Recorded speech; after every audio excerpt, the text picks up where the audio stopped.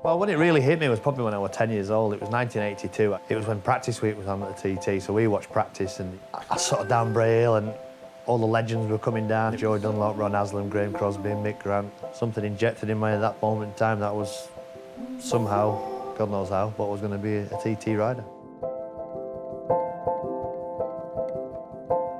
I remember my first road race like yesterday. It was 1990, Aintree, and I'd been flying around our local roads.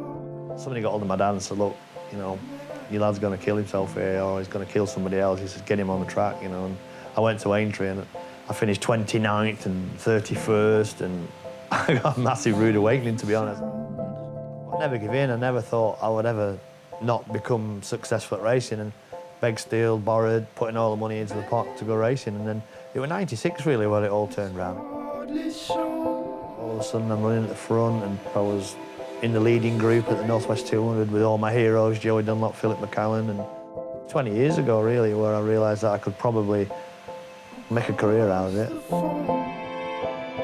Here we are 20 years later, we're still racing and making a career out of it.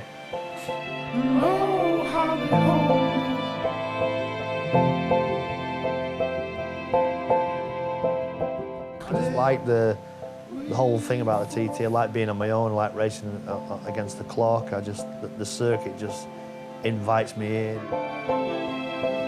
What makes me different on there, I don't know, maybe I've got a bit more passion for it. I went there for all the right reasons, you know, it wasn't ever for money, it wasn't for or the glory, just racing the track, riding my bikes on the hardest, most difficult, longest track in the world.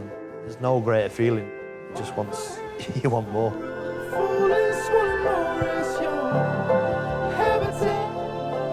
Yeah, I mean, there's been a few moments where I thought to myself, I don't want to be doing this anymore. I've seen friends laid in the road, you know, real good friends. You know, I spent a lot of time with a lad called Mick Lofthouse, and a good mate of mine. He sort of said to me, you know, that, oh, you'll be all right at the TT, you'll be fine, you're the sort of perfect rider for it. We went and did it, and then in practice, on the last day, he got killed. You know, I was sharing a room with him in a hotel, and that was the tough, hard reality of what can happen on two wheels, especially around the Isle of Man. And Joey Dunlop won the race. I was the fastest newcomer in the race, and I loved it. You don't forget about them, but you just it goes to the back of your mind, and it's the next race. And it happened to me again in '99, and David Jeffries got killed in front of me. And even this year with that Paul Shoesmith crash, that was really, really tough for me. You know, when I saw David Jeffries in the road, he looked like he was asleep. He was just laid there and he was gone. But, you know, Shoey, the image of Shoey was dreadful and, you know, tough. We'll be off down Braille again, no doubt. You know, backside's on fire, looking at the next records and another new story, and it'll be onwards and upwards, I'm sure. I don't want to fail, you know, that's what I think. But now it's so, the depth of the field's so much stronger, there's so many more riders. I just think I don't want to let anybody down. Come a time when I can't do the 135, 36 mile an hour laps, I have to, you know, bow out and move over, you know. But, you know, life will carry on. There'll still be development, there'll still be working on the bike, and the next rider will come along and replace me. But if it does go wrong for me, I'm going to pay the ultimate.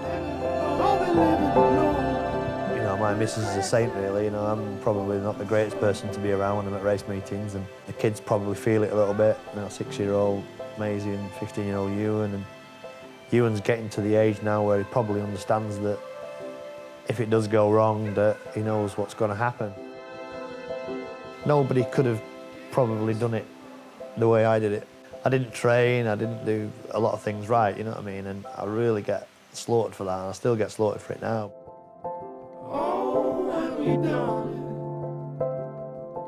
I wanted to be a world champion, but I wanted to win TTs as well. But when I went to World Championship, I didn't enjoy any of it at all.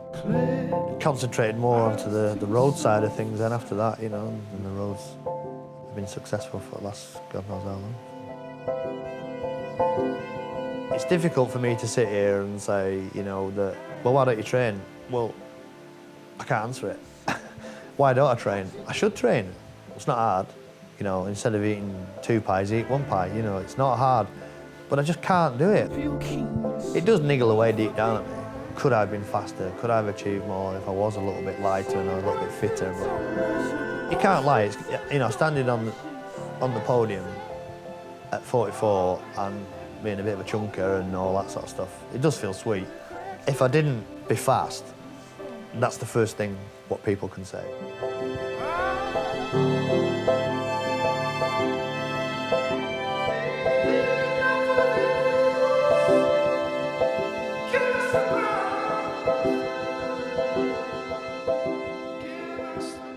Aspiring road racers, what advice would I give to them?